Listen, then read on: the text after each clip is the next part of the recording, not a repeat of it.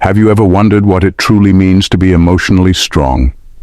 In a world that often equates strength with stoicism and perfection, how do we redefine and embrace emotional resilience in a way that's authentic and empowering? Today, we're going to dive deep into what it means to be a strong woman emotionally, not by shutting down our feelings, but by embracing them, setting healthy boundaries, and cultivating meaningful connections.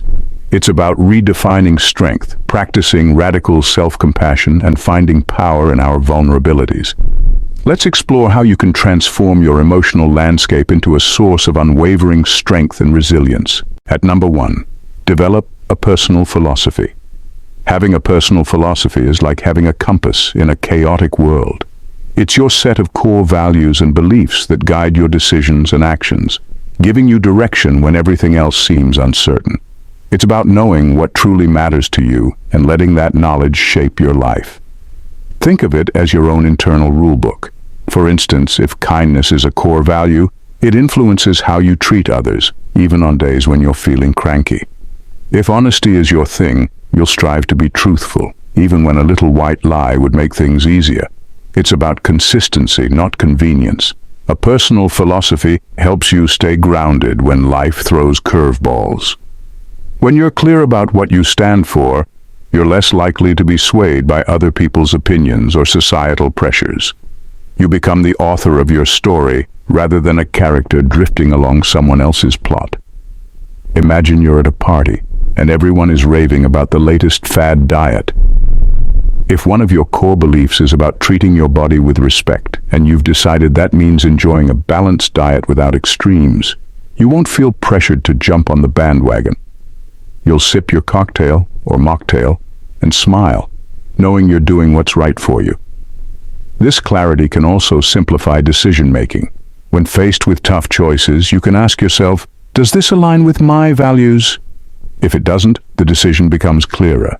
It's like having a built-in bullshit detector that saves you from unnecessary drama and regret. Developing a personal philosophy isn't about being rigid or inflexible. It's about having a framework that evolves as you grow. It's okay to tweak and refine your values as you gain new experiences and insights. What's crucial is that your philosophy is genuinely yours, not a mishmash of what you think you should believe. Number 2, acknowledge and honor your past. Media. Close-up of a woman applying subtle but captivating fragrance as she prepares to make an entrance. These revised media queries reflect the focus on women's elegance in appearance and provide visuals that align with the specified command. Media 10. Acknowledging and honoring your past is like giving yourself a giant, heartfelt hug. Your past, with all its highs and lows, has shaped who you are today. Ignoring it is like pretending a key part of your story doesn't exist. Embracing it, on the other hand, means accepting all the chapters, good, bad, and downright ugly. Your past experiences are your life's instruction manual. They teach you valuable lessons, even if some of those lessons come wrapped in painful memories. When you look back and reflect, you start to see patterns and understand why you made certain choices. It's like connecting the dots in a complex puzzle. Suddenly, things make more sense. Honoring your past doesn't mean dwelling on it or letting it define you. It's about acknowledging where you've been and using that knowledge to navigate where you're going. Think of it as carrying a backpack with essential supplies for your journey.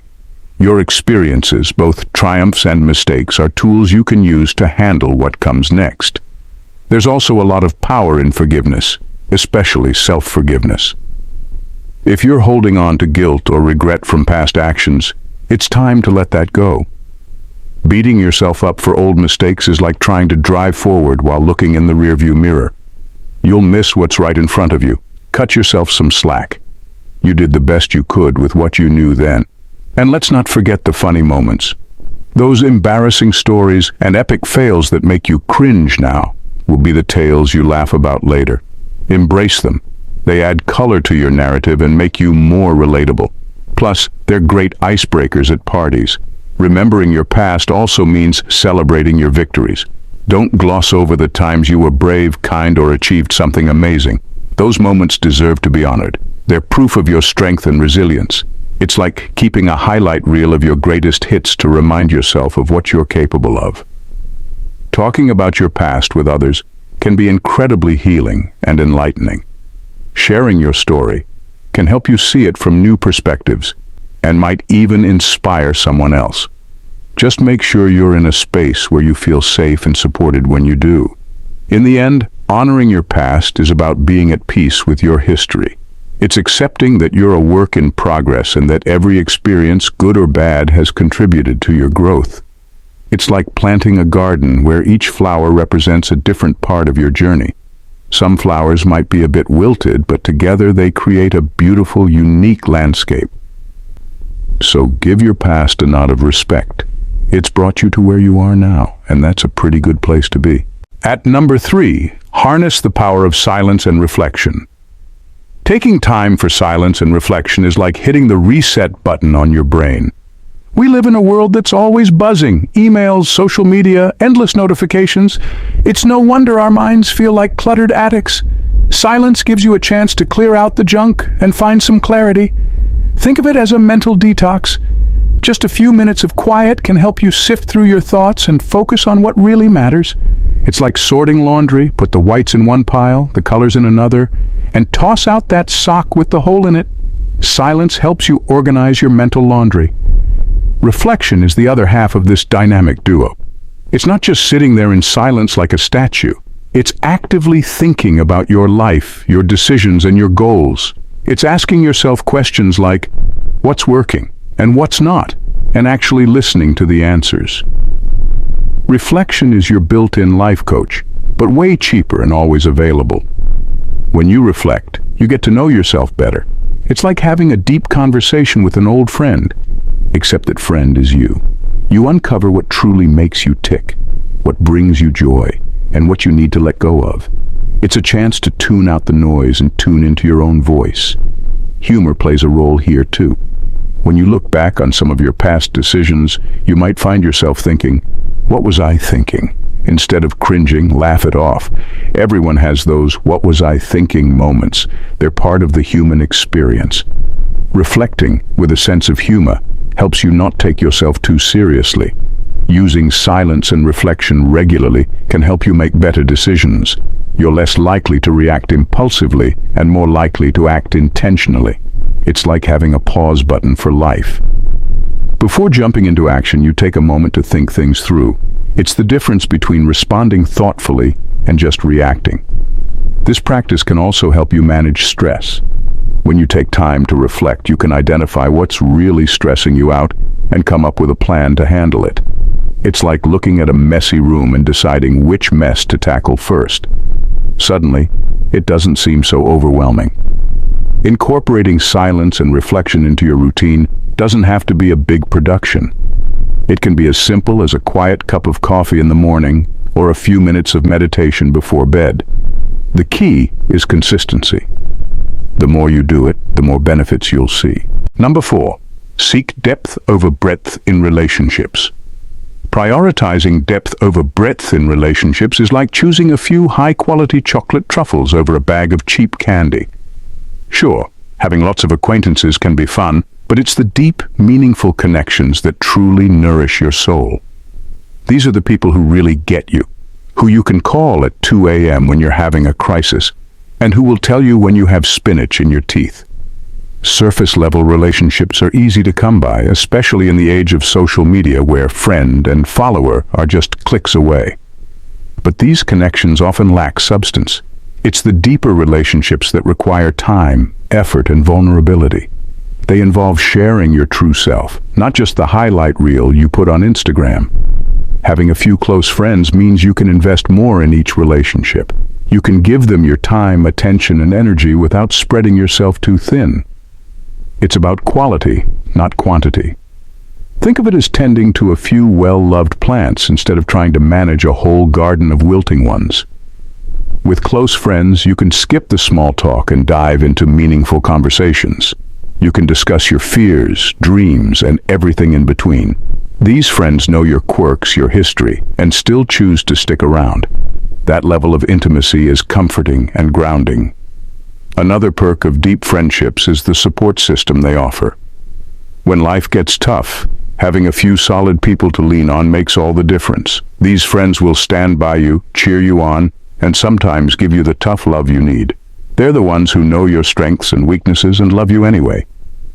Building deep relationships requires vulnerability. It means being open and honest, even when it's uncomfortable. It's about showing up as your authentic self and encouraging your friends to do the same. This mutual trust and openness create a bond that's hard to break. On the flip side, it's important to recognize when to let go of shallow connections that drain you. If a relationship isn't adding value to your life or is consistently one-sided, it's okay to step back. Focus your energy on the relationships that uplift and support you. Number 5, reject perfectionism. Perfectionism is like trying to chase a unicorn. It's an illusion that leaves you exhausted and never satisfied.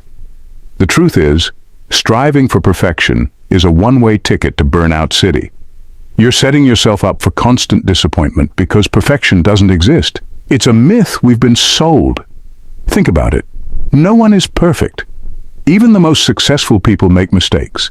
Yet perfectionism convinces you that anything less than flawless is a failure.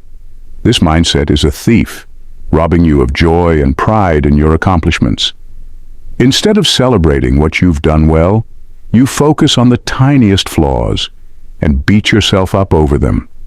The key is to shift your focus from perfection to progress. Embrace the idea that good enough really is good enough. Life is messy, and sometimes just getting through the day in one piece is a win. Celebrate your small victories and recognize that every step forward is progress, even if it's not perfect. When you let go of perfectionism, you also become more productive. You stop wasting time trying to make everything flawless and start getting things done. It's liberating to realize that your work doesn't have to be perfect to be valuable. Done is better than perfect, as they say. This doesn't mean you should stop striving for excellence. It's great to have high standards, but make sure they're realistic. Know when to say, this is enough, and move on. It's about finding a balance between doing your best and knowing when to let go. And here's a secret. People often like you more when you're not perfect. Perfection can be intimidating and unrelatable. When you show your imperfections, it makes you human and approachable.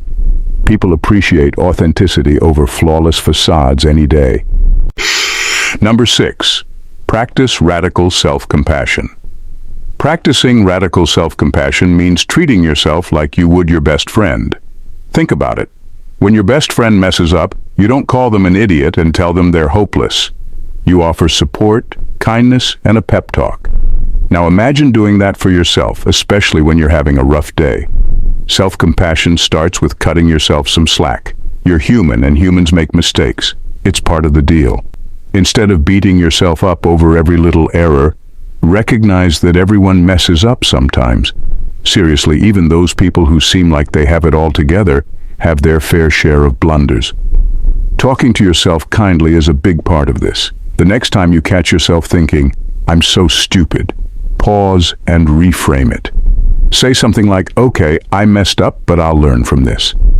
It might feel a bit awkward at first, but positive self-talk can make a huge difference in how you feel about yourself. Taking care of yourself also means recognizing when you need a break. You wouldn't tell your best friend to keep working through exhaustion, would you? So why do it to yourself? Listen to your body and mind. If you're feeling burnt out, take some time to rest and recharge. It's not lazy, it's necessary. And let's not forget about forgiveness. Holding on to guilt or shame only drags you down. If you did something you're not proud of, own it, make amends if you need to, and then let it go. Lingering in self-criticism doesn't help anyone. Forgive yourself and move forward. Humor is a great tool for self-compassion. Learn to laugh at your mistakes. Spilled coffee all over your shirt before a big meeting? Annoying, yes, but also kind of funny when you think about it.